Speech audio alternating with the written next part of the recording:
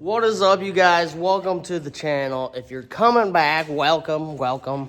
We are going to dive into the exhaust on the G-Body. We are changing it now that we have a 6-liter in there. So I'm going to take you guys through what we're going to do. It's going to include an X-pipe, and I don't know where we're going to exit it yet. That's the best part. Nor do I have mufflers for it. But it is going to be dual 3-inch with an X-pipe. That we know for sure. So all I did to get the X-pipe started was find a scrap piece of angle, grab a bench, tack it on. After it is tacked into place, you just tap it around to make sure that it is perfectly flat. From there, I went ahead and measured up 1.5 inches. Since I'm using 3-inch pipe, I used half the diameter for my X-pipe. And I just made a mark across it on both sides, and I cut it with a grinder since I don't have a bandsaw. And we're about to find out how close I got it.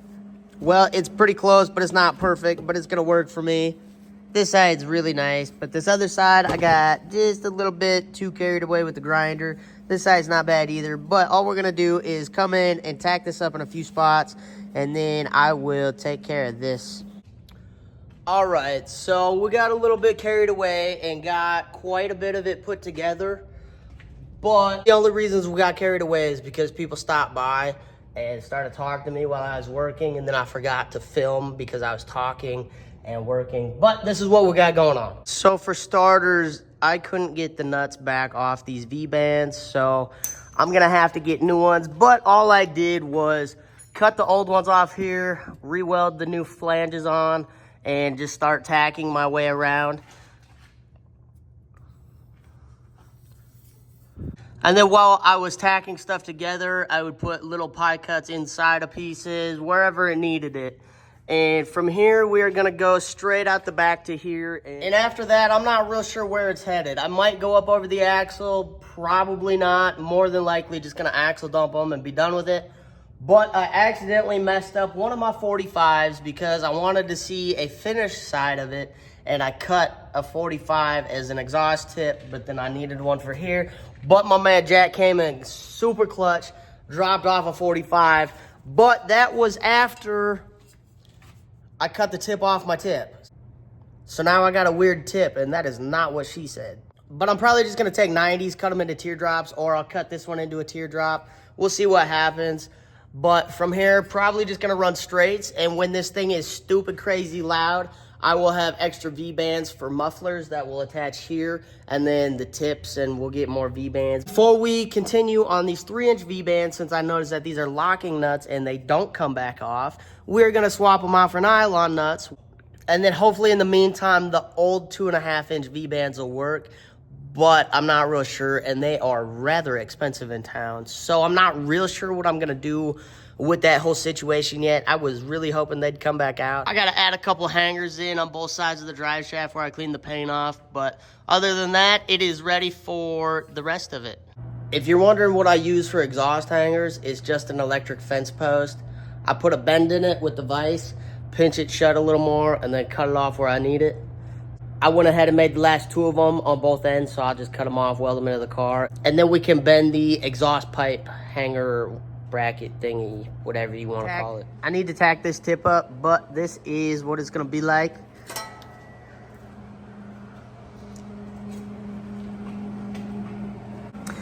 It is off just the slightest of bits at the end, and I'm not going to sit here and mess with that. I could probably get it out by finessing some stuff, but I'm not too worried about it. So before we put the car back on the ground, I went ahead and put the starter in.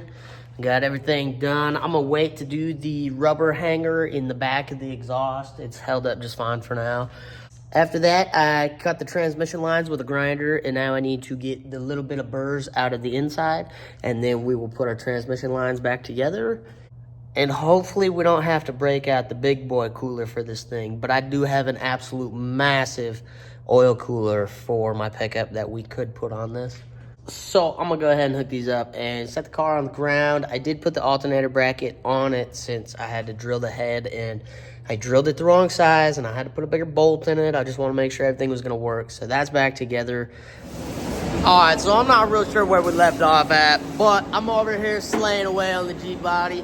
I got the coil wires extended, so they can slip out underneath the intake. I'm about to get the injector wires the same. I have adapters, so I'm just gonna extend those so I don't have to cut into the actual harness. But in the meantime, I've also been messing with this dang thing, and it has been nothing but a headache. And Cole is racking his brain, can't figure it out. I keep telling him to check all this stuff. He's claiming he is, and I don't know. I just went in, cranked his fuel all the way up, and it started backfiring through the intake, and then I just maxed his regulator out, and it quit backfiring through the intake. So I don't know, something in the fueling system. These fancy parts just aren't it. I'm telling you, keep it stock, keep it simple, go in, tune it. When you're done with that, throw a cam in it. But holy Jesus, is it a headache trying to go back and fix it all now. And we're trying to get parts from here, get parts from there, and we're running out of time. Vegas is coming up. He's getting irritated. I'm getting irritated with him because he's up my ass with questions and ragging his brain. And I don't know. I keep telling him to check stuff. Oh, I did. Check it again. I don't know. Check it again. But what we're working on in the meantime is our injector adapters. So the new harness, instead of coming with Delphi injectors like it used to, it now comes with EV1 injectors, which are different than the EV6 injectors. I don't have the male EV1 right now, but it's the square and then the EV6. And then the Delphi is this weird looking one on the left. The previous intake that was in the car had flex fuel, 33-pound injectors in it, and they ran on EV6, but the harness was EV1. And I started on Delphi at one point, and I had to cut it all apart again, and I need to decide which route I'm gonna go, but I'm just gonna extend both sets of the adapters in the meantime, so no matter which way I go, I always have them. So I went ahead and got a couple wires added in here. I used 6 inches to make it longer, and I like to cut them at different lengths so they fit in the wire loom a lot better, and I always solder and heat shrink them up. So a lot of people like to use alligator clamps to keep these together, but I just twist the wires together. Jack can't get it to work, but I get it to work every time. You just give it the old 1-2 here like this. And as you can tell, they are pretty stuck together. And then I like to take my soldering iron like so. Drip a little bit on. And it don't take much. You just need it to melt just a little bit. And then the wires are stuck. Super fast, super easy. That's how I solder. A lot of people, it takes them forever to solder. I have no idea why. I just get to the meat and taters, get her done. It sucks. Get it over with. I like to do the hard things first in life. But I'm going to finish these up now. I'm not going to bring you guys with. That's how I do it. I'm going to slide the heat shrink on, shrink it. Don't forget the next set of heat shrink before you put the next set of wires on. As far as Cole's car in here, he's got intakes for intakes on intakes. I don't know what the hell he's got going on. Something in the fuel system is acting funky. I maxed his regulator out and it quit doing what it was doing, but it wasn't doing anything until I turned the fuel pressure up because, I don't know, it was at like 50 PSI for some reason, and it needs to be 58 to 60 for the car to run even. So I have no idea. I started turning the fuel up, it started backfiring. I maxed his regulator out, it quit backfiring. So we're trying to swap out some fuel systems, use a factory regulator and all that stuff. And right now he is getting his ass handed to him on it. But that's going to make him smarter because he's going to learn about all the differences in all of these, just like the rest of us have around this property. Because, yes, I will help you, but no, I will not do it for you.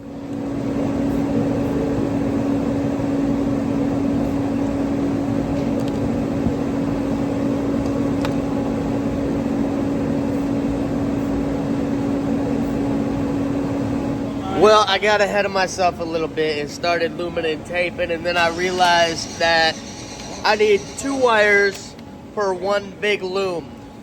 Since they feed out from underneath the intake, it pairs to 2. But what I also forgot is that I like to take a little bit of paint and just mark the end of the connector on the side for the front and the way rear.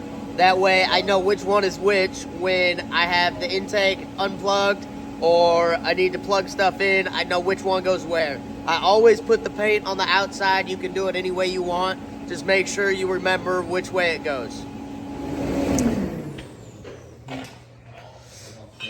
Okay, this just took a turn for the worst, and we're not real sure why. But with Cole's car, we are fighting a firing order problem again, which we did last time, and the coil extensions were wired wrong.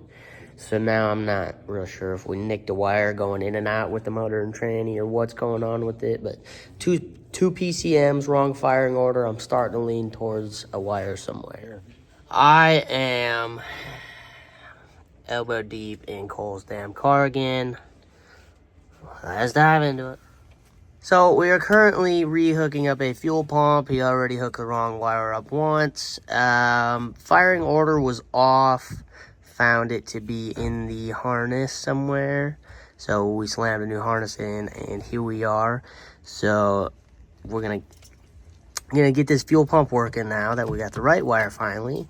And if it don't start, I'm calling it a day. So that's the end of the video. Hopefully it starts, fingers crossed. It's either gonna start or it's not. Can you prime it? Yeah. See if it leaks out these fittings at all. Besides the one injector that we know it's gonna leak out. It's an O-ring. We'll fix it right out. Jesus, holy Or right now. I told you to put O-rings in it, did you? Alright, cycle the key. Make sure that the fuel system's not gonna leak again. Good? Mint. Oh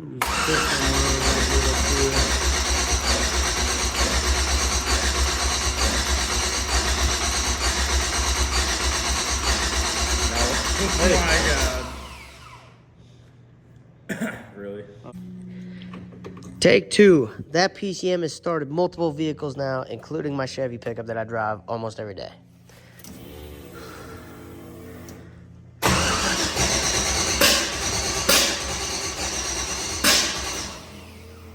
He said, give her one more whirl. We found a loose ground in the back of the head. That's my bad. Are we still powered up? We're powered up. Let's run her.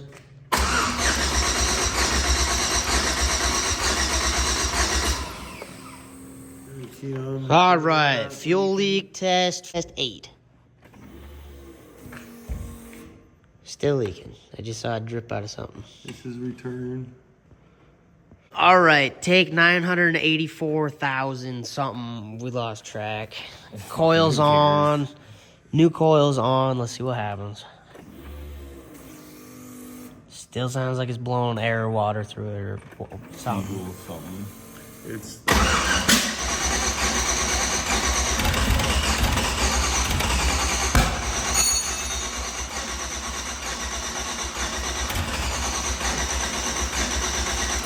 Unplug the MAF.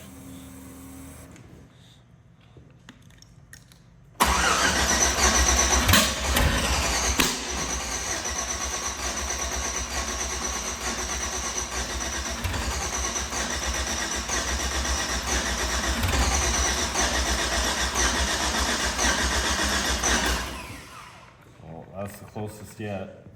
I know. We were gonna end this 20 minutes ago, but you know, just a throttle body change quick and we'll try her out. I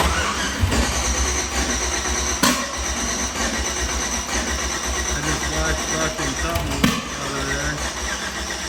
Watch what? I just watched something from when it backfired. It shot out of here.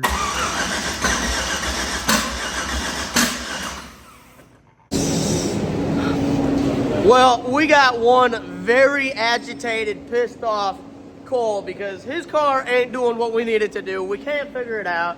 We're sending power through wires that ain't supposed to have power. They're supposed to be grounded.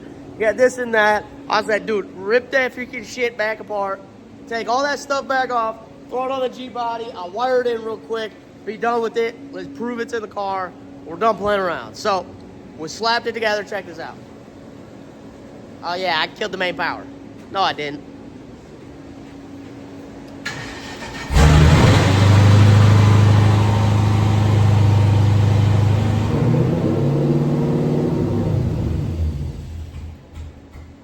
Needs a little bit of love, and she ain't tuned yet, but we're gonna play this game. This thing is getting ripped apart, and it's leaving my shop running like that. I don't care. I will not sleep until that bitch is done.